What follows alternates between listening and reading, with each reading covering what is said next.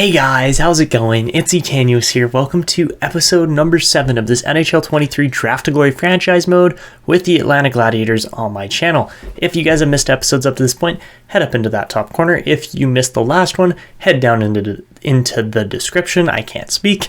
And of course, if you enjoyed this one, show your support down below with a like, subscription, and notification bell. But today we are getting into the 2028 NHL Entry Draft and off-season, and I'm really hoping we can land a top 2 pick preferably, but you know, if we fall out of the top 2, there are still options on defense here. Van Ryn and of course Marcus Henriksen are both looking like really solid defensemen.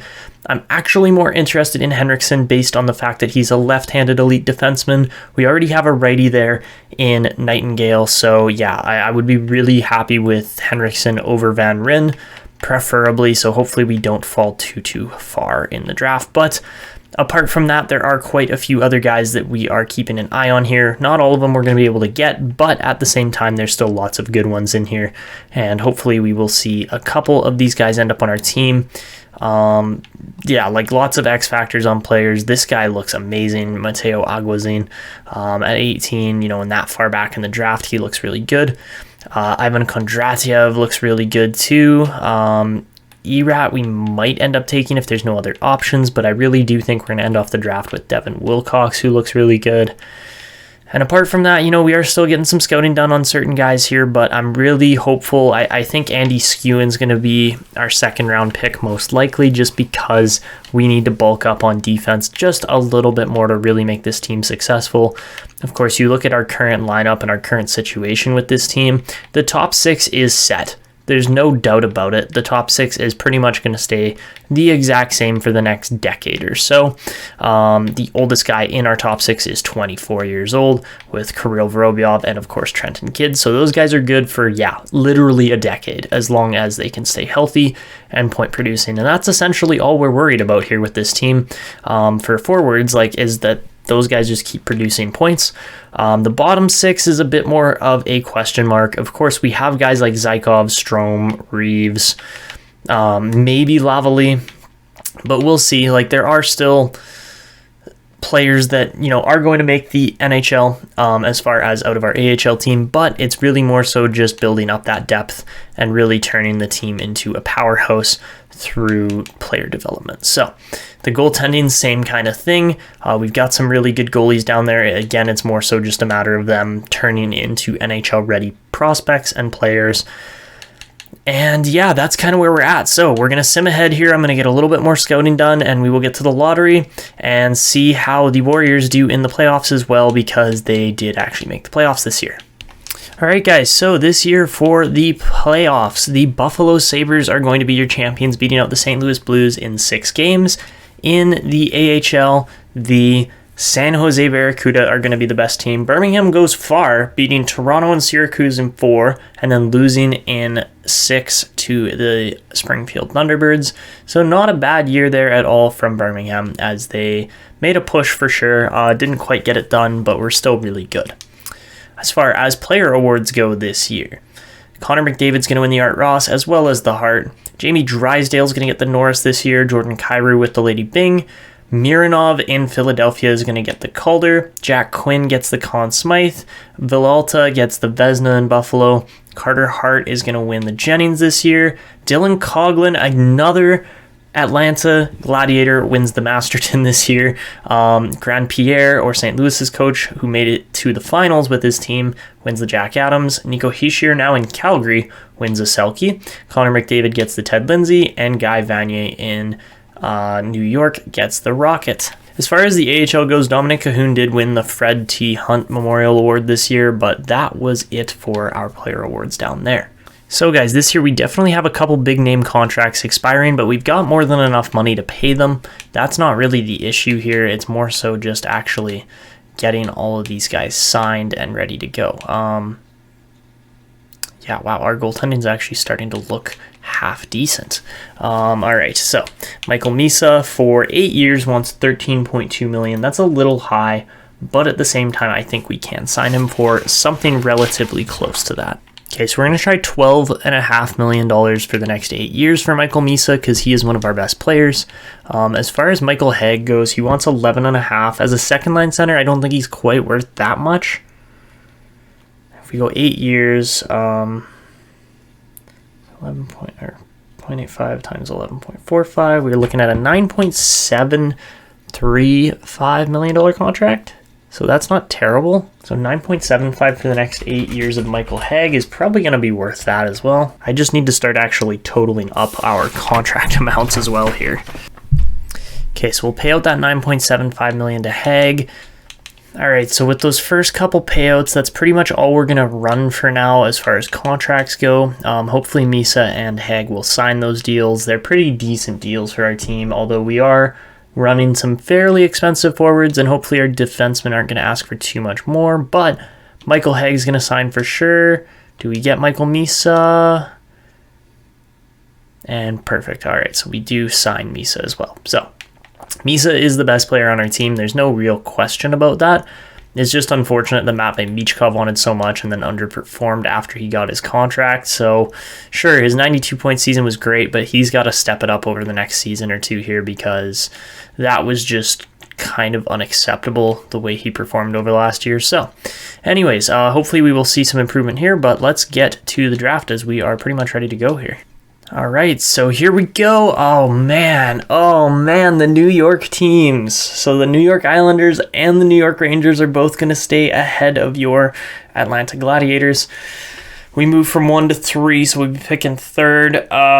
That kind of hurts, but at the same time, we're going to at least get a defenseman that we want, as long as both those teams for some reason don't take defensemen. I mean, they shouldn't, but you never know at the same time. So yeah, we will see what happens here, but we get those contracts signed and still picking top 3. Sure, we don't get a franchise two-way forward in Roberto Morrow, but at the same time, we don't necessarily need him.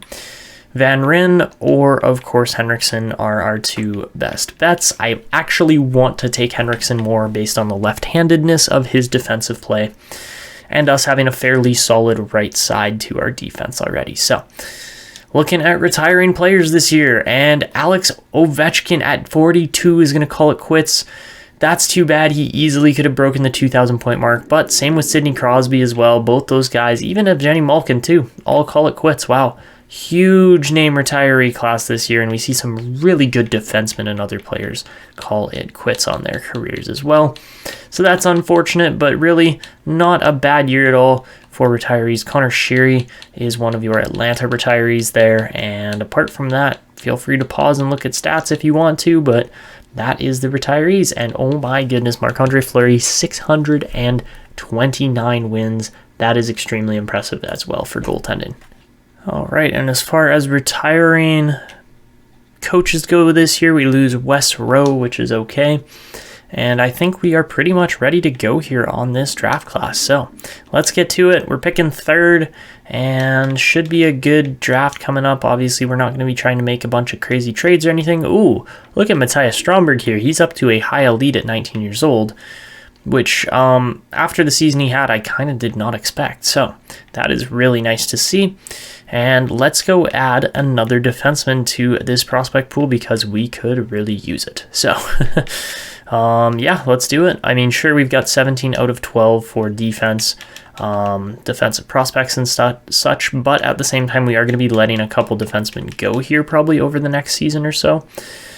So yeah, let's see what happens, but I think we're ready to go here. So first pick, I mean, I expect the Islanders to take, what's his name here, the number 1 guy, Roberto Morrow, and then I would assume Gabriel Tapper, despite being a 1-year ETA, probably goes second still.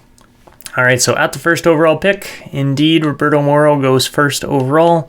At the second overall pick, it is going to be Gabriel Tapper. So, interesting pick. 74 overall as a second overall pick is not great, but we are instead going to go with Marcus Henriksen.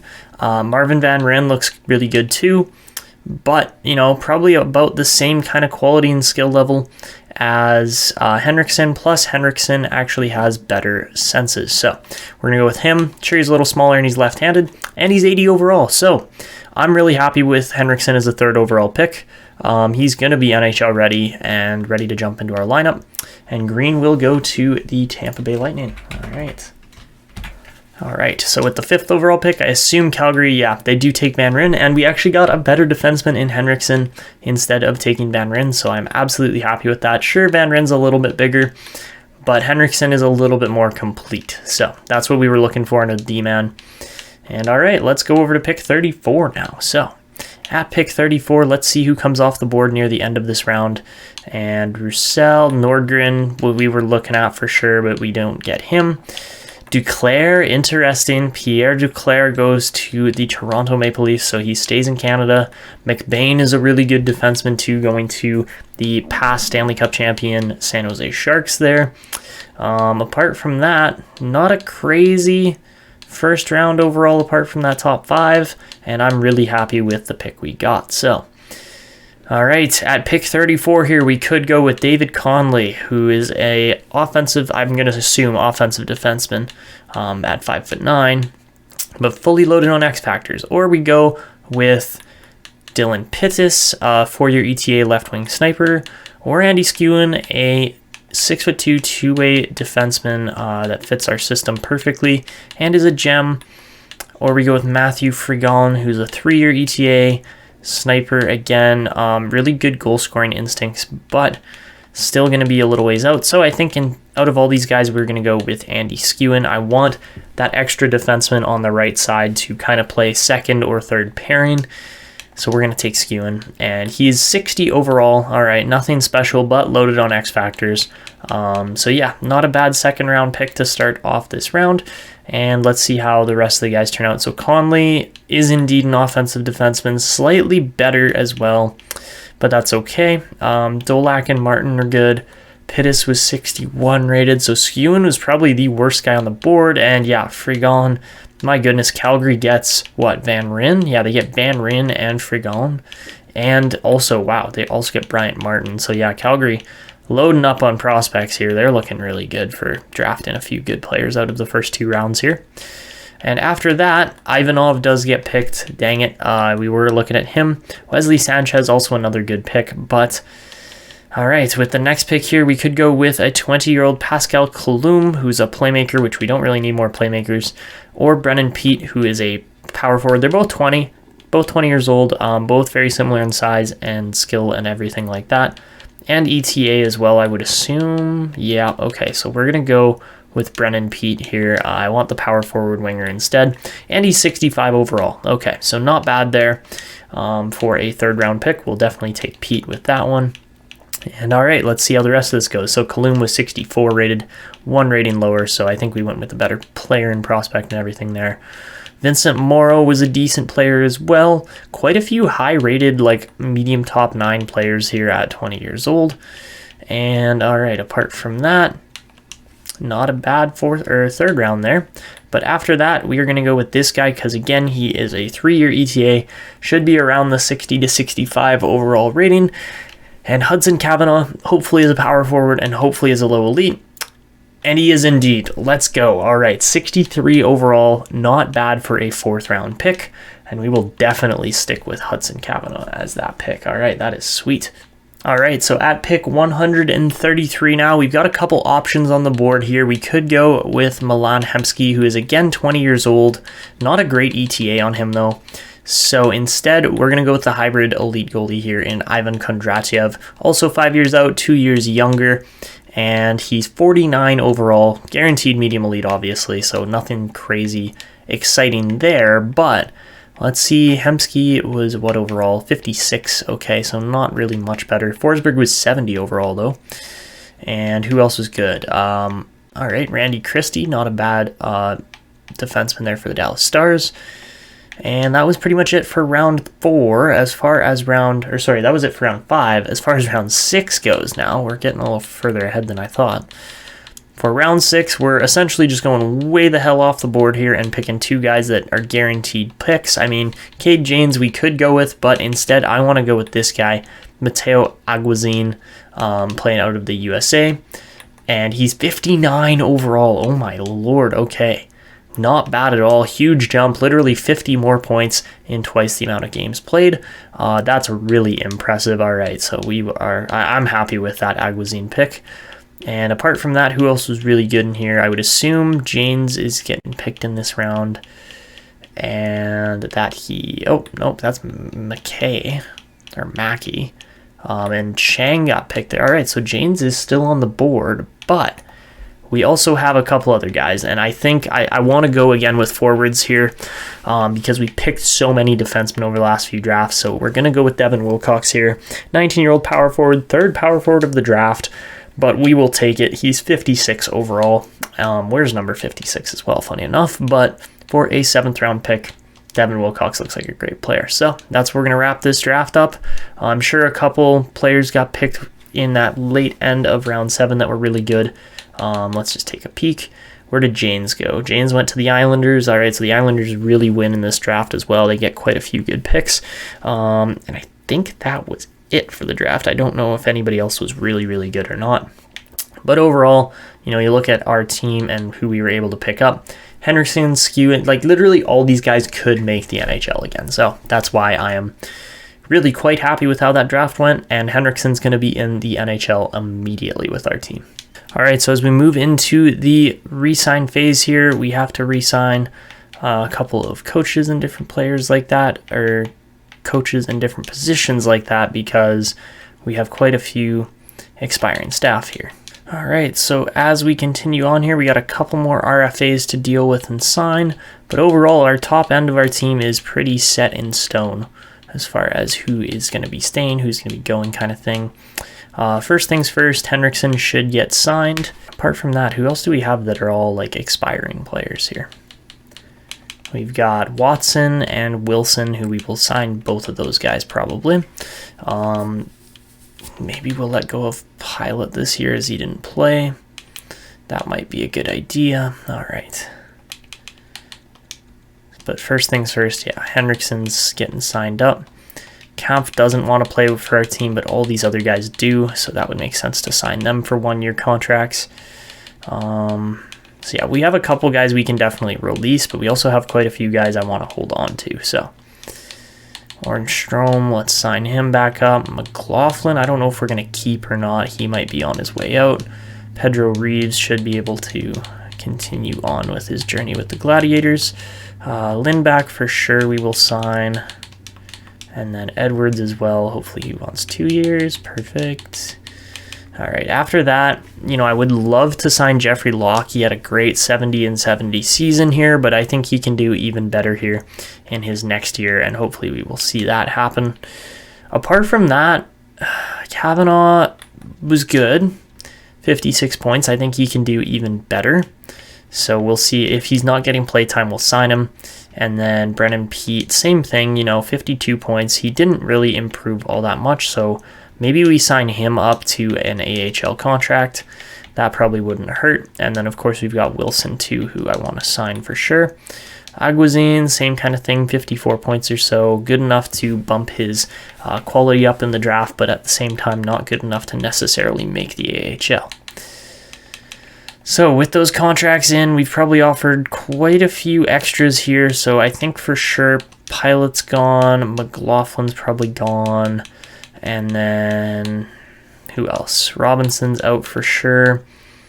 Sherwood, honestly, Kiefer Sherwood might even be on his way out if we run out of contract spots. David Kampf as well doesn't want to re-sign. But these 82-plus rated defensemen we should sign for like 1 or 2 years. So we'll do that. Knyzhov will sign for 1 year. Frank Vatrano will sign for like 1 year at 1.5. Dylan Coughlin's going to be more expensive and want more years, of course. All right, let's go $6 million for 1 year for Coughlin. We should be able to do that. Iafallo, same kind of thing, like 1 year at $2 million. All right, and then that is pretty much it for all our skaters. As far as our goalies go, we definitely have to re-sign some of these guys. I think David Rittich is finally on his way out of the team here, as he has really served quite a good purpose for this team and being our backup money hog kind of player. But I do think his time is up now that Samu Niinimäki will be playing minor backup this year. And I do think Isaiah Janikevsky is also on his way out. So we'll hold on for Thompson just for another minute because he will be probably our starting goalie for the upcoming year again, unless, Karpovtsev really jumps. But I do actually expect Karpovtsev to jump quite a ways. He's had a really good year over the last year here. So yeah, we'll see what happens there. Hopefully he gets another little statistical growth. But let's get all these contracts in. So we get all our coaches for the most part. There's going to be a lot of scouts that are boring as hell, but at the same time, if you're looking up at the top, Henriksen, Niinimäki, we get a lot of guys here. So Vatrano, Coughlin, Iafallo, Knizov rejects, but we get Watson, Edwards, Strome, Henriksen, Reeves, Lindback, Wilson, Peets, Niinimäki. Okay, so we got everybody essentially. All right, so let's just continue on to expired players here, or expiring players. And even with signing all these guys, we still have extra room to continue on. So let's go $6 million for one more year of Knizov. Berkly Goudreau, sure, we could sign him for 1 year at $1.8 million. Troy Stetcher, again, 1 year, decent money for 1 year. And then Kiefer Sherwood as well. I guess we could do that. And then, all right, Logan Thompson is essentially going to get the remainder of the money once these last couple contracts come in here, so we should get them. I'm really hoping we get Knizov. And let's see. Okay, we get lots of scouts. We get Goudreau, Stetcher, Knizov, and Sherwood. Perfect. So we're down to $11 million left as far as what we need to spend so we don't take any cap hits. And yeah, we will be definitely going for a Nightingale contract extension right off the bat here this year. And anybody else? Obviously Jeffrey Locke, I wish. But Butler might get a contract. Skewen, I'm really hoping they give him more play time because I think he could turn out to be special. And all right, let's go Logan Thompson. Actually, let's just double check the pending free agents to see if there are anybody that are undrafted free agents that would be sweet for us to sign. Doesn't really look like it, but every now and then you find one or two. And I don't think we're going to find anybody, to be completely honest. I believe... Oh, Anson Thornton wouldn't be a bad goalie, actually. So, yes, he would be an RFA, which is an interesting one. Actually, was he drafted? I think he was drafted. I think that's just a game glitch. Hold on. He's just signed by the Arizona Coyotes. All right, so we could technically go out and get him. So let's just keep, like, I don't know, how much money did he make? He only won 12 games, but he had a .915. So he could be decent. Is there any other undrafted goalies that would actually make sense for our team to go for? Maybe Phoenix Copley. Actually, Kevin Lankinen probably wouldn't be too bad either. I preferably want a starter just to kind of have Karpovtsev as the backup. That would be the key. So yeah, either Lankinen or Copley could potentially start for our team instead. That might help. But yeah, okay, let's... do we even pay out any money on Thompson? I'm kind of thinking we don't. Because then we have too many goalies. We've already got 4. If we pay out Thompson, that's 5, and then we have no chance of getting a better goalie. So Thompson's gone, which is what it is. And then as far as expiring contracts go, that is it. All right. Perfect. All right, let's head to free agency and spend some of this money. All right, so as we hit free agency here, let's see who's still available for really sweet picks that we could potentially pick up. I don't think there's going to be too many players that we need to pursue, but at the same time, you never know. Every now and then there's 1 or 2 really nice players that it's like, okay, we should go out and pursue that guy. So Anson Thornton, okay, $5.8 million for even just like 1 or 2 years. What is the compensation on that? Because we don't want to give up picks necessarily. First and third, yeah, we're not doing that. Okay, so Instead, let's go out. Well, we could try to lowball, potentially. That could be an option if we go 1 year. What is the cutoff amount? Because if I can just give up like a second or third round pick, preferably, that would be the best option. This year's second wouldn't be so bad. 5.445 or 5.425 million would be the maximum amount we could spend on Thornton. Okay, let's try it. Because I'm willing to give up just a second round pick.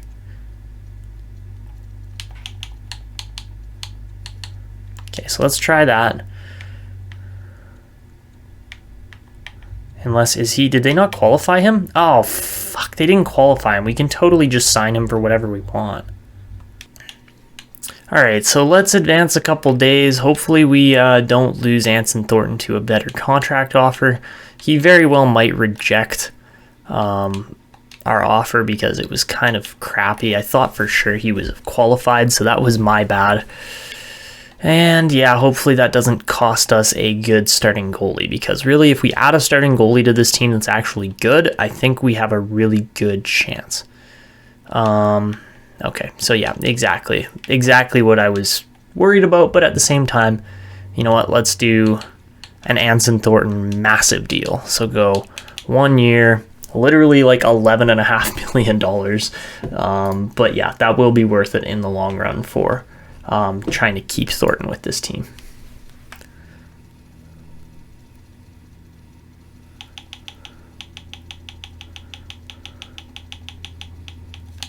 Okay, so that's literally double what he was asking. He should sign that.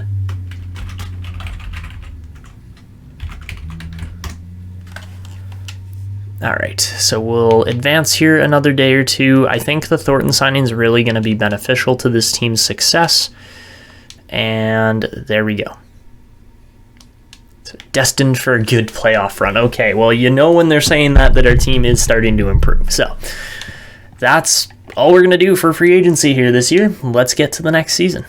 All right, guys, so I think this year with the team that we're looking at and everything, I think that this could be a really special year as far as the team actually having a chance at making the playoffs.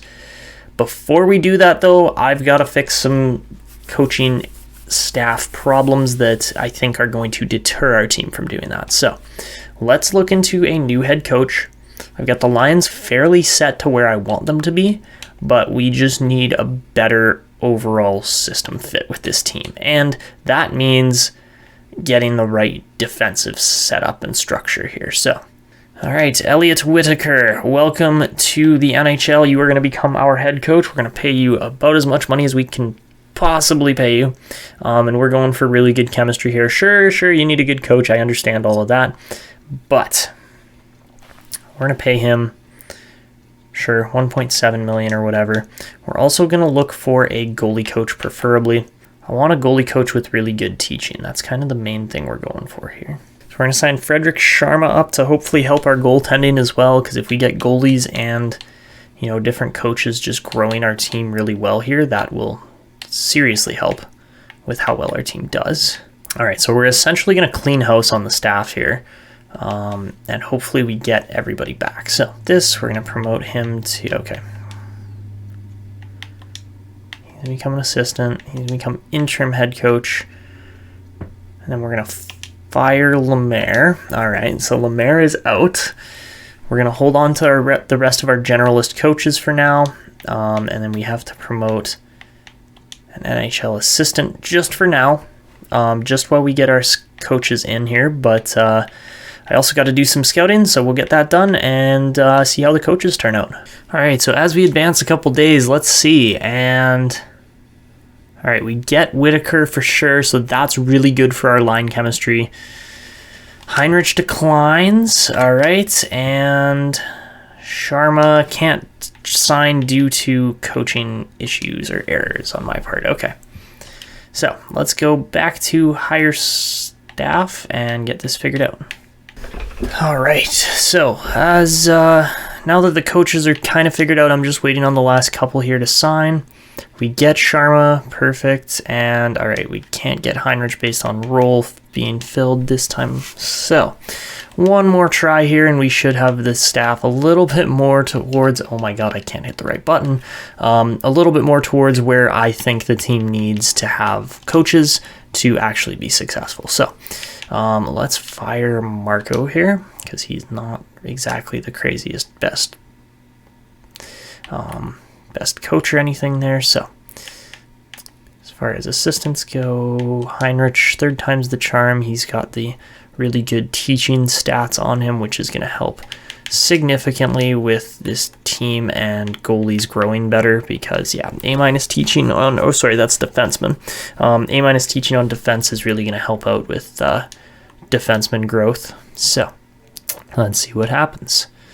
We get Heinrich. All right, now let's take a look at the lines. Actually, before we even take a look at the lines, let's make a couple quick roster moves here. So first things first, I want Ville Continent up and playing in the NHL this year. We can move probably Troy Stetcher down. That would be my number one move there. And all right, let's edit our lines.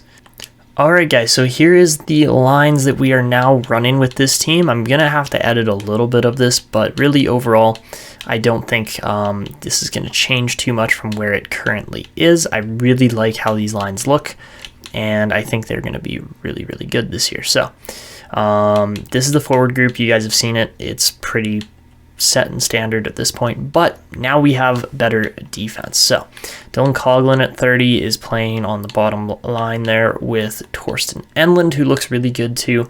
Super physical defenseman. I don't know if you can see that past my face cam. Kind of, not really, but he's got 97 strength, 90 fighting skills, 92 body checking, and 75 durability, so he might get hurt every now and then, but at 6'3", 209, he's going to be an absolute tank. And then apart from that, you know, he doesn't fit the system quite as well as I had hoped, but you know, we can keep him on that bottom line for sure, and he should be fine. We've got Continent and Sekras here, who I'm really hoping can put up a decent season together this year. They don't skate very well, either of them, but that's okay. That's why eventually we're going to have Henriksen, and actually maybe we'll do that this season. We'll do Henriksen and Continent kind of split up, because at least this way Nightingale can skate really well. Henriksen and Sekras are probably going to be our weakest defensive pairing, but at the same time, you know, we should still be able to do all right with the way this lineup is set up here. And sure, we don't get the +5 necessarily because these guys haven't hit 81 yet for X factors, but Enlund will get an X factor, and I'm just trying to decide whether it's his 97 shot blocking or his 97 strength that actually get the X factor there. So I think probably shot blocking will probably give him ice pack, because that will seriously help with his penalty killing and skills and such like that. Apart from that, you know, we don't want Henriksen on the first power play unit because we have other really good shooters and playmakers and such that I would rather have on here. So we'll put Michkov here on the wing because he can just rip the puck, and we know he can. On the second unit, though, the second unit is where I think it makes more sense to, you know, have Sekras on this side, have Henriksen on the other side, and then yeah, Vorobyov isn't a very good fit, neither is Stromberg, so maybe what we do is we swap Stromberg out for Michkov kind of thing. That might actually be the play, just to balance this a little bit better. So yeah, if we go Stromberg there, it's still +5, still really good looking, and then we can go Lizotte at center, that's fine, but then we can go Vorobyov switched over, and then of course Michkov coming into this lineup will help for sure. Yeah, +1 is better. And then of course the second unit's going to be just disgustingly good. Let's again put preferably Stromberg to get him up to a 90 overall this year. And then if we go Michkov on the right defensive side, Sekras on the left, and then Hage and Kid, I think that'll be the way to do it. Yeah, that looks really good. Because Hage is playing there. All right, so we'll swap him for Michkov, Kid. I guess we'll swap him for Vorobyov, and hopefully that doesn't deters the chemistry a little bit too much, in my opinion.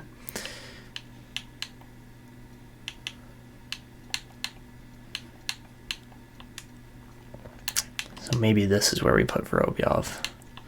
And then put Henriksen as well. Yeah, okay, that's better. And then Nightingale, Stromberg, Vorobyov, and Hage will be the other one here.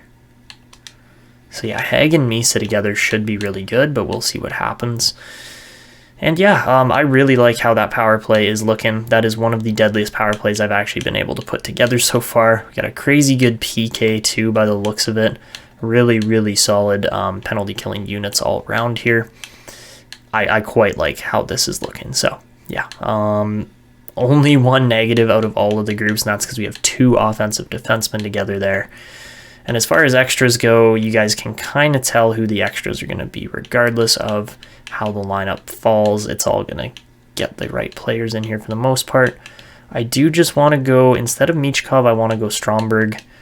So we go Stromberg and Misa together to get him growing. We go Hage and then Michkov would make more sense here. So yeah, Hage and Michkov there, and then on the third line we go, I'm thinking Vorobyov.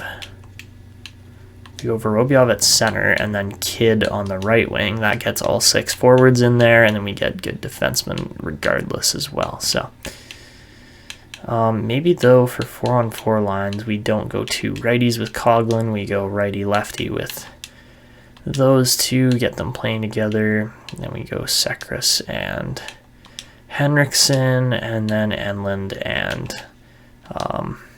Coughlin. Yeah, okay. So I like how that's lining up. That looks really good, actually. You can go Stromberg with Hage on this one, and then we have Henriksen playing there. No, we did not. Okay, so I want Sekras and Henriksen both playing over Coughlin, preferably, because Henriksen is going to grow into a beast of a player. Does Vorobyov work there? I guess, yeah, we could do Vorobyov there, and then we go Stromberg with... Oh no, that doesn't work there, actually.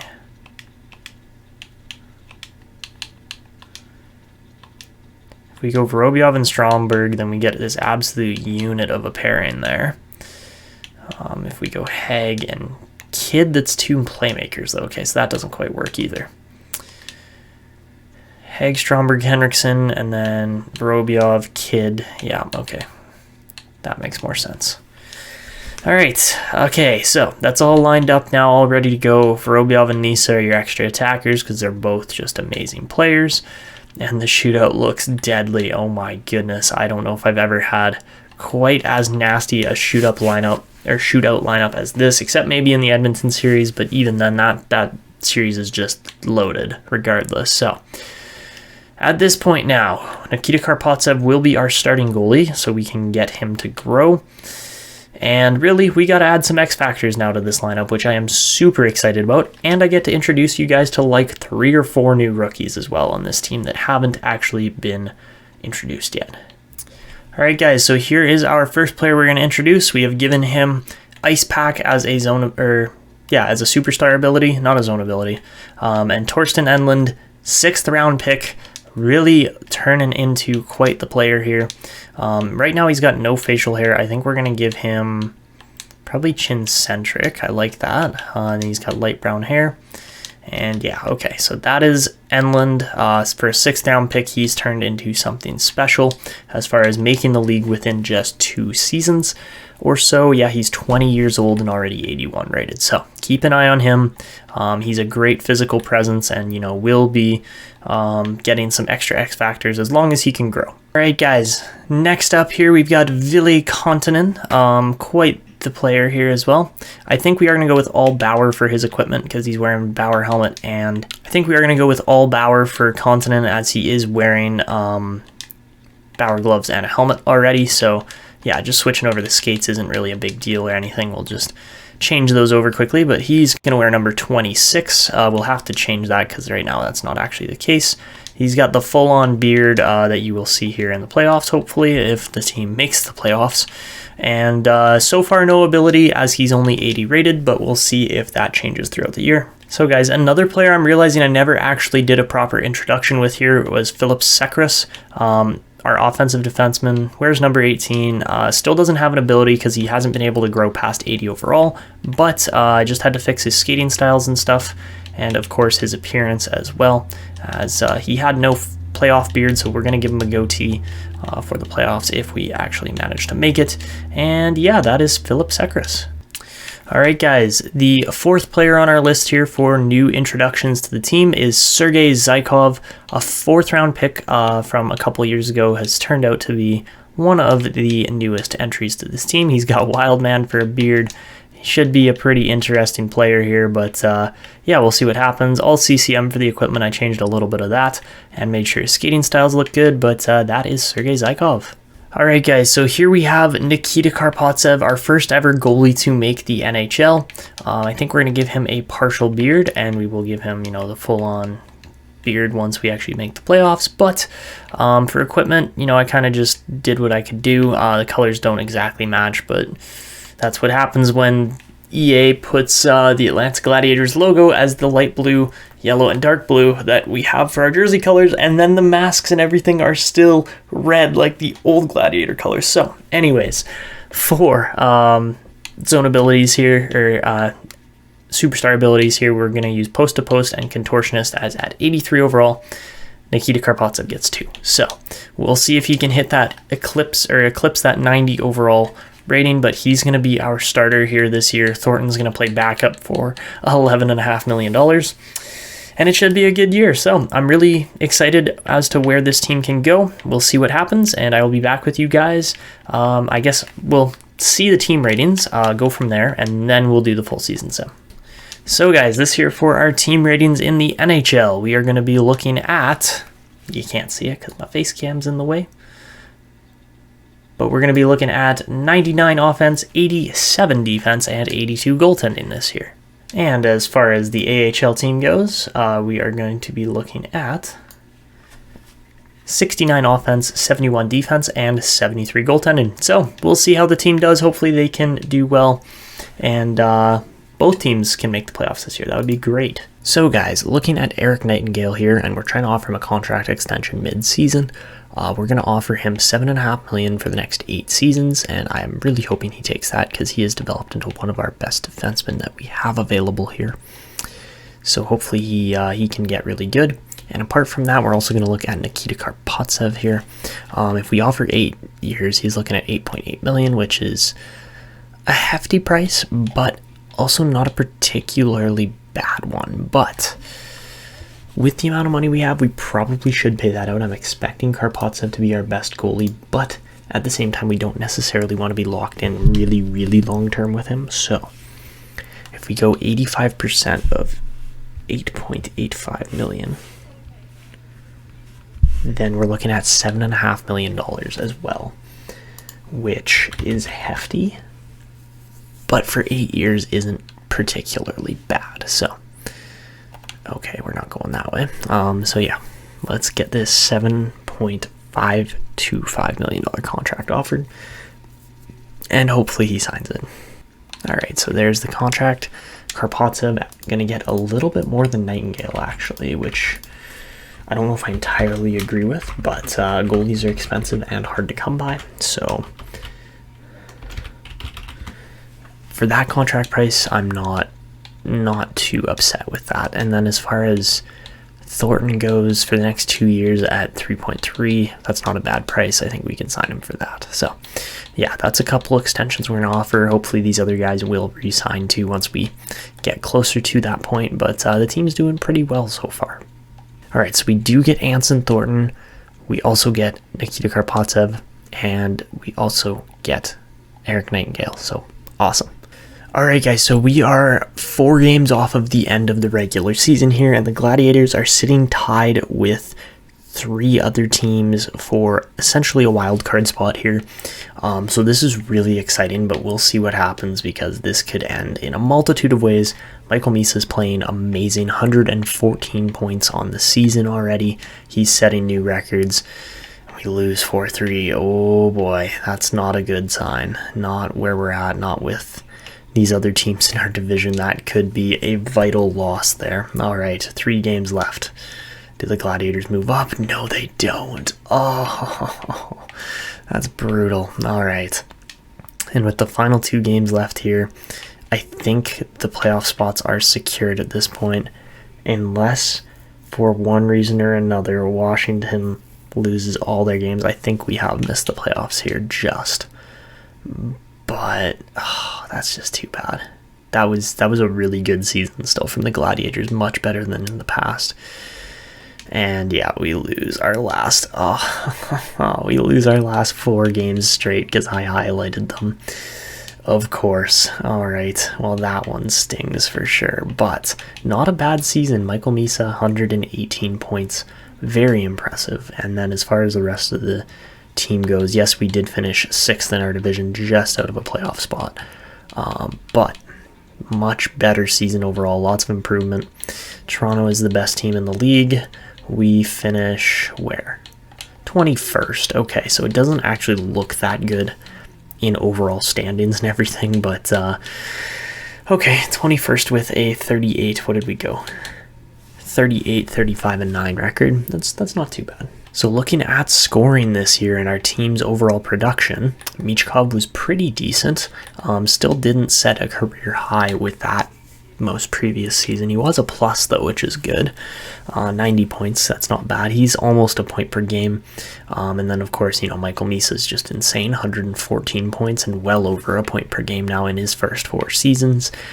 He has turned into an absolute machine on the ice. So yeah, keep an eye on him, but he's probably just going to continue to get better and better here. He's been amazing. As far as Mattias Stromberg goes, he had a huge improvement. Going from 50 to 74 points, scoring 20 more goals and 4 more assists. That was a really big season from Stromberg this year, so keep an eye on him. He will likely continue to produce. 60 points from Erik Nightingale. That is a huge jump again in production, and keep an eye on him for becoming one of the league's best scoring defensemen in the future.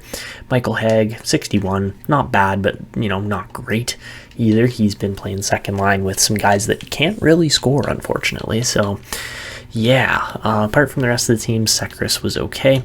Continent only scored 25 points, but jumped up to an 84 overall. I gave him send it and shut down based on his attributes there, so that's his X factors.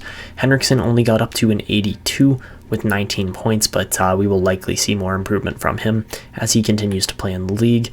Sergei Zykov, not really a great season, only 18 points, and then same with Enland, only 11, but that's okay. As far as our goalies go here, you can see 14 and 24 wins for the pair there. They weren't particularly great, but at the same time, rookie goalies or young goalies aren't always going to produce. So, all right, looking at the entire league here, and Misa finishes second only to Connor McDavid. He also finishes top 5 in the goal scoring race. Stromberg just out of that race, but that's crazy. Most assists went to Jordan Kyrou with 91. My goodness. And yeah, lots of really good passers in the league this year as well. McDavid's 75 assists definitely helped him en route to another Hart Trophy, but my goodness, or sorry, not a Hart, but an Art Ross for sure. Misa, I don't know. Michael Misa could very easily win the Hart as well, though, so we'll see what happens.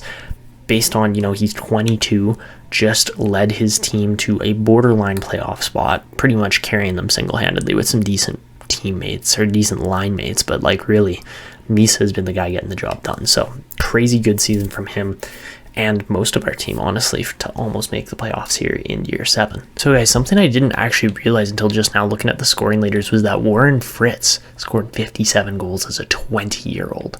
Can you imagine us having him in this team right now? That would be pretty insane. I'm actually really impressed with how he did. That's crazy. Fritz is a beast, and he went 3rd behind Stromberg. So yeah, okay, that's something special for sure. There, 93 points in just his 2nd season in the league, probably. Yeah, just his 2nd season. My goodness, yeah, Warren Fritz is going to be a hell of a player too. All right, as far as rookie skaters went this year, Roberto Moro, obviously the franchise player, had the best year. Maurice Louis actually did really well. Tim Shoveldave too, and of course Ronnie Hutton. Those ones all make sense. Wow, Kyle Friesen turned out to be quite the player as well. And yeah, all right. Oh, look at that one. Oh, Ferraro from Boston. Eesh, that's a tough one for Boston fans for sure. As far as goalies go this year, Tristan Jarry was the best goalie in the league, but oh my goodness, Connor Parrish up to an 88 overall at 24 years old. He turned into something special too, my goodness. Pyotr Kochetkov's really good. Oh, look at this. Terrence Mullen, a potential low franchise goalie. Interesting there. Belalta's really good. Knight's really good. Yeah, there's lots of really good goalies in the league here that are making it, a lot harder to score on. Owen Power scores 78 points, and the 60 points there from Nightingale doesn't even crack the top 10 in the league. So that's pretty crazy, but there are some really, really amazing defensemen in here. Bouchard was really good too. Even, wow, Norlinder put up a crazy good amount of points. And yeah, wow. All right, look at the goal scoring too from some of these guys. Hamilton and Bouchard, that's crazy. Van Ryn scored 18 goals as a rookie. That's crazy. All right, well, there you have it. That is your NHL this year for the regular season. So guys, as we advance ahead here, I've got a couple players on the shortlist that look really good. It's more than a couple. There's quite a few that we've got pinned here that look like really good players, and the scouting reports have more or less come right in. So yeah, as you can see, there's a lot of guys here that have good potential. Like, there's no doubt about it. We'll definitely be taking Albelin and Ahonen probably. If we get the chance, Soderstrom would be a great pick too. Letavari is a nice late pick that's guaranteed low elite. Same with Shishkinov. So we'll have low elite players further on in this upcoming draft, but it really just depends on where we land for picking in the first round, essentially. So yeah, we do just miss the playoffs, and we don't need another elite player on our team at this point. We've got the foundation, the framework, and all the players set up. Now it's just a matter of developing those players to create a crazy powerhouse team. So yeah, we're just going to simulate ahead, see how the playoffs wrap up, and then we will conclude this episode. And of course, Birmingham is in the playoffs too. They lose in 7, don't they? Yep. Oh, that's too bad. Birmingham looked like they were going to go on a massive run, but it wasn't meant to be.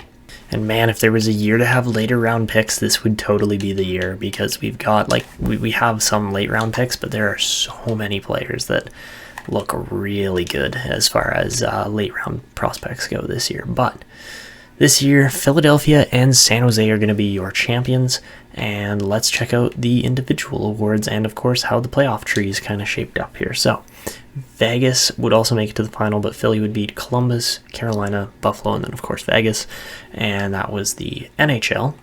As far as the AHL goes, San Jose would go on to win again. I believe they won last year, if I'm not mistaken. Did they? They did indeed. Yeah, San Jose is a powerhouse team in the AHL anyways. So this year they would go through San Diego, Ontario, Milwaukee, and then finally Laval. Laval would beat us in 7, so there was a good chance that we made it to the finals with Birmingham this year too. But I didn't show you guys. Dominik Watson scored 42 goals, which was a 3rd place scoring finish in the league, which is really good, only behind 2 of the best goal scorers that the AHL's seen recently. So those guys being Cade Andrechuk and I believe the other Kirill Vorobyov, and he's not even in here anymore. And like Halinka wasn't, or I don't think was scoring at that rate before. I might have typed it in wrong.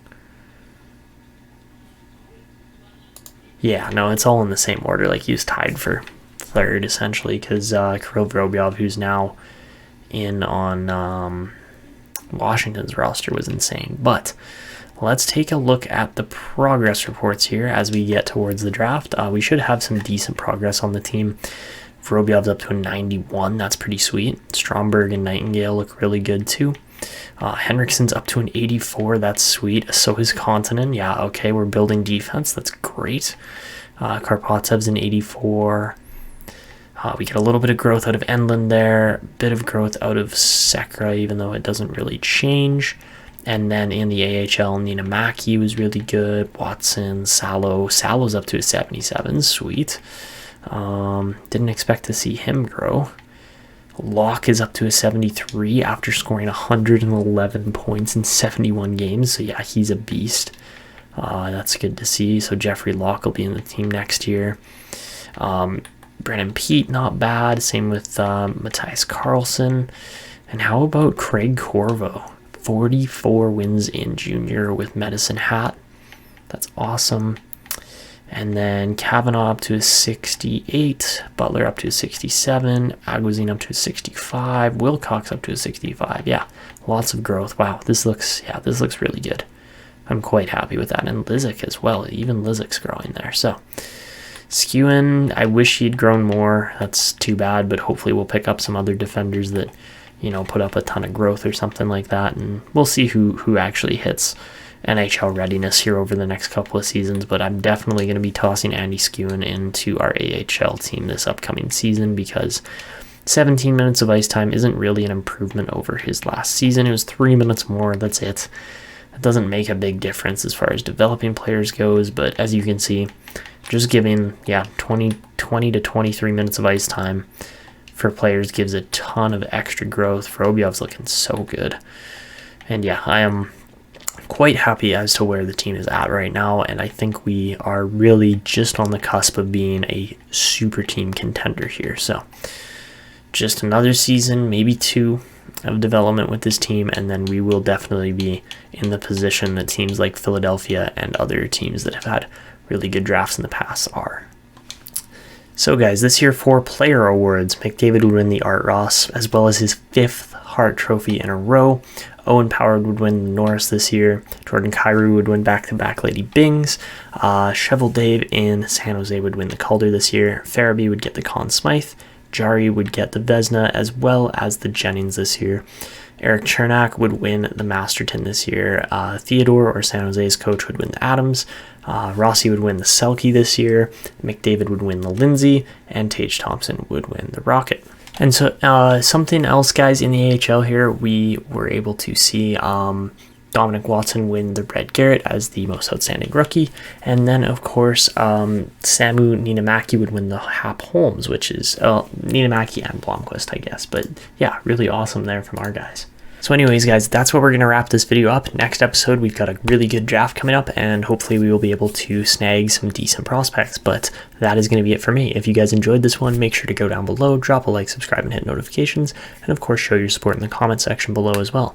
But that is going to be it for this one. This is Etanio signing out, and until next time.